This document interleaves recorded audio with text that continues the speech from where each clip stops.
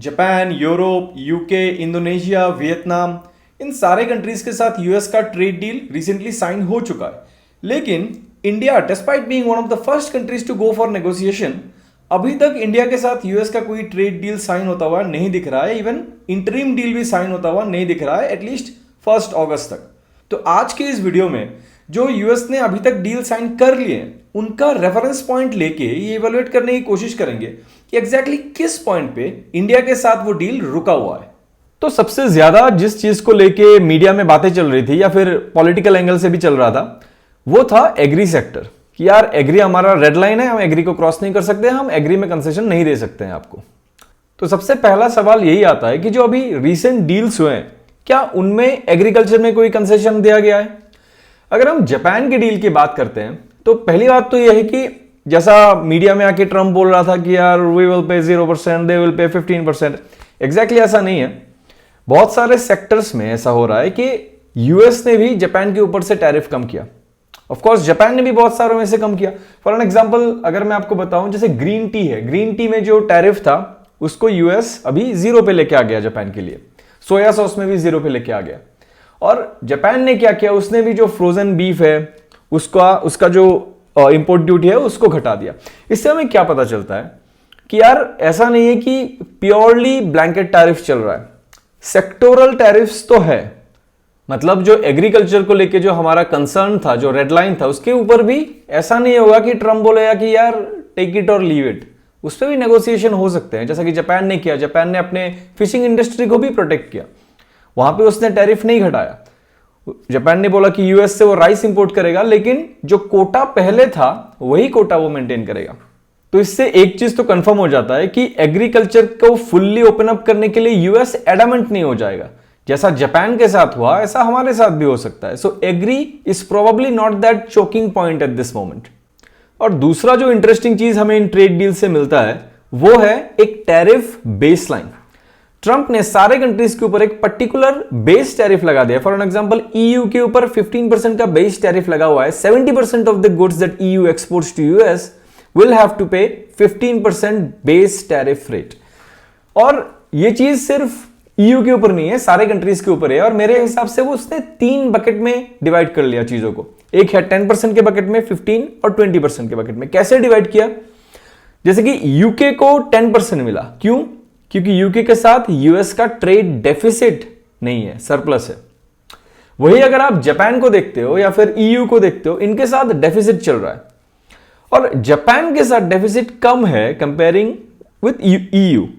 तो इस वजह से इवन दो बोथ को 15% ही लगाया, लेकिन अगर आप इन्वेस्टमेंट देखते हो, ईयू को बोला गया है कि भाई आप जो आपका अभी का एग्जिस्टिंग इन्वेस्टमेंट है उसके ऊपर $600 बिलियन का और इन्वेस्टमेंट करोगे और साथ ही साथ $750 बिलियन का गैस और एनर्जी भी इंपोर्ट करोगे। जबकि जापान को बोला गया कि वो $550 बिलियन टोटल इन्वेस्ट करे यूएस के अंदर। क्योंकि जापान के साथ ट्रेड डेफिसिट छोटा है deficit he, but trade deficit छोटा है, तो वहां पे कम इन्वेस्टमेंट। बाय द वे, ये इन्वेस्टमेंट वगैरह क्यों करा रहे हैं?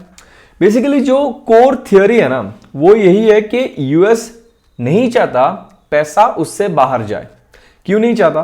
देखो, जो वर्ल्ड इकोनॉमी रन करती है उसके लिए जो पैसा चाहिए होता है, आज तक उस पैसे में से ज्यादातर पैसा यूएस ही उठा रहा था। फ्यूचर से वो बॉन्ड्स इशू करता था, मतलब खुद के फ्यूचर से बोरो करता था, और वो बोरोड मनी फिर वो दुनिया को देता था, मतलब दुनिया से चीजें परचेज करता था।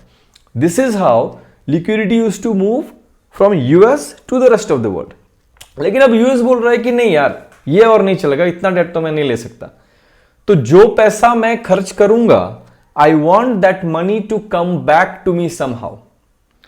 तो वो कम बैक कैसे होगा? इसी टाइप से फोर्स करके होगा कि भाई तुम $500 बिलियन इन्वेस्ट करो, तुम आके 750 बिलियन का एनर्जी खरीद लो, ये कर लो, वो कर लो। At the end of the day you need to bring that dollar back to the US so that US के ऊपर से टोटल जो डेट बर्डन है वो कम हो सके। उतना ज्यादा डेट सस्टेनेबल नहीं है। ओके, अब इंडिया के साथ ट्रेड डिफिसिट कितना है? $45 बिलियन का, which is very similar to Japan. Japan के साथ आई थिंक $60-65 बिलियन का ट्रेड डेफिसिट है। तो मतलब इंडिया भी यूएस के नजर में जापान के आसपास ही होना चाहिए। लेकिन अगर आप एक और एंगल से देखते हो कि अगर डेवलप्ड कंट्री नहीं है तो फिर ट्रंप क्या कर रहा है, वो 20% टैरिफ लगा रहा है, जैसे कि इंडोनेशिया के ऊपर लगाया, वियतनाम के ऊपर लगाया। और रिसेंट एक इंटरव्यू में ट्रंप ने यह भी बोला कि the tariff rate on India will be similar lines as Indonesia, that is 19% 20%, right. अब मेरे हिसाब से शायद चीजें यहां पे आके अटक रहे हैं कि इंडिया सोच रहा होगा कि यार अगर तुम मुझ पे 20% का बेस टैरिफ लगा रहे हो और अगर डील नहीं होती है तो मुझे बस 26%, 6% एक्स्ट्रा देना पड़ता है, then is it worth to make the deal? क्योंकि उस 6% के लिए मुझे तुम्हें बहुत सारे फैसिलिटीज देने पड़ेंगे। यूएस को मतलब बहुत सारी चीजें हम यूएस से इंपोर्ट करेंगे जो कि 0 टैरिफ से करेंगे या फिर बहुत कम टैरिफ से करेंगे, तो यूएस को बहुत बेनिफिट होगा। और ये सब हम किस लिए कर रहे हैं? सिर्फ 6% के लिए। इंडिया एक्सपोर्ट कितना करता है टोटल? इंडिया एक्सपोर्ट करता है $120 बिलियन, जिनमें से 33 बिलियन तो बस सर्विसेज है, जिसपे कि ट्रम्प टैरिफ लगा नहीं सकता है। सर्विसेज पे आप कैसे लगाओगे? कुछ शिपमेंट के थ्रू तो आएगा नहीं, मुश्किल है लगाना, ऐसा नहीं कि नहीं लगा सकते। और मर्चेंडाइज एक्सपोर्ट करते हैं हम 87 बिलियन के आसपास। उस 87 बिलियन में से 10 बिलियन तो फार्मा का हो गया। फार्मा पे भी आप टैरिफ नहीं लगा सकते इतने आसानी से। मैं बताता हूं क्यों नहीं लगा सकते। फार्मा में क्या होता है ना, बहुत क्रिटिकल इंडस्ट्री होता है। फॉर एग्जांपल जैसे कि फाइजर है, वो एक दवाई बनाती है, मतलब दवाई इन्वेंट करती है। से फाइजर अब कोई इंडियन कंपनी के पास जाती है दवाई को मैन्युफैक्चर करने के लिए, से न्यूलैंड लैब्स के पास जाती है, तो ये सारा जो प्रोसेस होता है इसके लिए अप्रूवल भी चाहिए होता है, approval from the US FDA and like the US bodies, कि भाई जो फाइजर का जो ये मेडिसिन है that will be made by Newland Labs, that will be written in that medicine itself, और वो चीज अप्रूव होती है। तो आप रातों रात ऐसा नहीं कर सकते हो कि भाई अब मैं जाके नए कोई मैन्युफैक्चरर ढूंढ लूंगा और फिर उसके साथ नया कॉन्ट्रैक्ट कर लूंगा, फिर जाके अप्रूवल ले लूंगा, फिर जाके बेचना स्टार्ट करूंगा यूएस में। ऐसा नहीं होता है। हाँ, जेनरिक के केस में हो सकता है, क्योंकि वहां पे उतना मतलब बहुत सारे जेनरिक मेडिसिन है जो हम एक्सपोर्ट करते हैं। बट जैसा कि मैंने एक एग्जांपल दिया, उस टाइप से क्रिटिकल कंपोनेंट्स भी है फार्मा सेक्टर में। इतना आसान नहीं होता फार्मा सेक्टर में टैरिफ लगाना, जिसकी वजह से आप देखोगे कि जापान के साथ जो डील हुआ उसमें फार्मा को एग्जाम कर दिया, ईयू के साथ एग्जाम कर दिया। फार्मा पे लगाना मुश्किल है बहुत। तो फार्मा का अगर आप 10 बिलियन हटा देते हो तो बचता है कुछ 77 बिलियन के आसपास, जिसमें से काफी कुछ तो अपना जेम्स एंड ज्वेलरी है। अब जेम्स एंड ज्वेलरी सेक्टर में क्या है कि वहां पे ग्रॉस मार्जिन बहुत हाई होता है। गोल्ड की बात नहीं कर रहा हूं, जो नॉन गोल्ड नॉन डायमंड जो जेम्स एंड ज्वेलरी है, 60% 65% ग्रॉस मार्जिन से कंपनी बिजनेस करते हैं, और gems and jewellery is a large portion of our export. तो ऑब्वियसली 6% एक्स्ट्रा टैरिफ से क्या ही हो जाएगा इंडिया का। तो I think what India wants और where the deal exactly is stuck is this base tariff line. 20% का टैरिफ लेके हमें कोई फायदा नहीं है, हम करेंगे नहीं वो डील। और अगर हम 15% पे आने के लिए बोल रहे हैं ट्रंप को, which is in line with Japan and everybody else, then most probably Trump is asking for similar things like $550 billion of investment in US. लेकिन अगर हम ऐसा नहीं करते हैं तब शायद अपने को मार्केट ज्यादा ओपन करने के लिए बोल रहा होगा ट्रंप, अगर 15% टैरिफ लेवल पे लाना है। So I think here is probably the deal is stuck.